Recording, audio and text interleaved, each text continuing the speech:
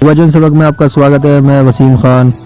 सरकार की किसानों की मांगों पर गौर करने के लिए समिति गठित करने की पेशकश। किसानों की ठंडी प्रतिक्रिया। नई दिल्ली, 1 दिसंबर। सरकार ने मंगलवार को नए कृषि कानूनों के खिलाफ आंदोलन कर रहे किसानों की मांगों पर गौर करने के लिए एक समिति गठित करने की पेशकश की। सरकार के इस प्रस्ताव पर आंदोलनरत 35 किसान संगठनों के प्रतिनिधियों की ओर से ठंडी प्रतिक्रिया मिली। किसान संगठन तीनों नए कृषि कानूनों को रद्द करने की मांग कर रहे हैं। 3 केंद्रीय मंत्रियों और किसान संगठनों के प्रतिनिधियों के बीच मंगलवार को हुई बैठक में केंद्र की ओर से यह प्रस्ताव रखा गया।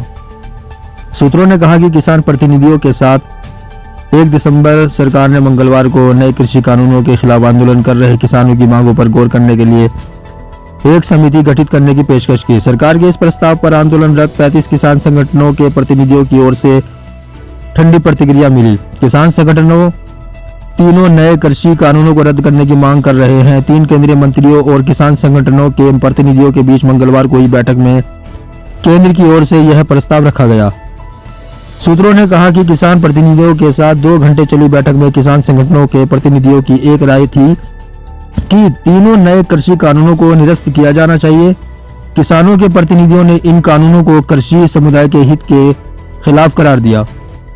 प्रदर्शनकारी किसानों ने आशंका व्यक्त की है कि केंद्र सरकार के कृषि संबंधी कानूनों से न्यूनतम समर्थन मूल्य MSP व्यवस्था ध्वस्त हो जाएगी और किसानों को बड़े औद्योगिक घरानों की दया पर छोड़ दिया जाएगा।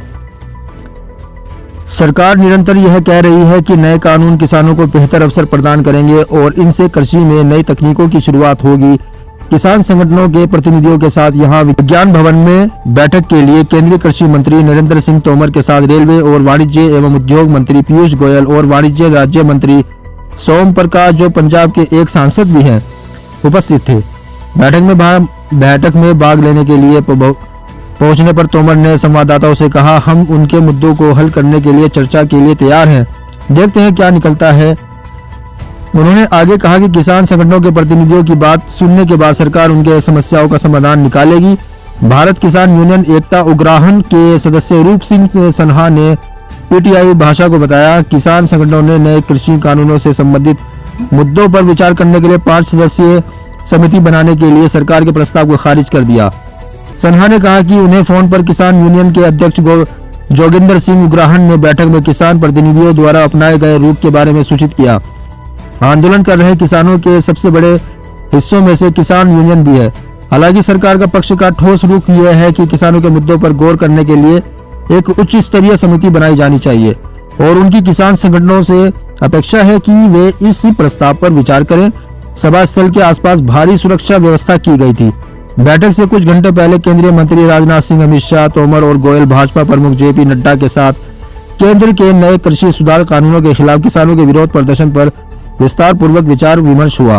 पंजाब और हरियाणा के किसानों द्वारा दिल्ली की सिंघू और टिकरी सीमाओं पर शांतिपूर्ण धरना जारी रहा।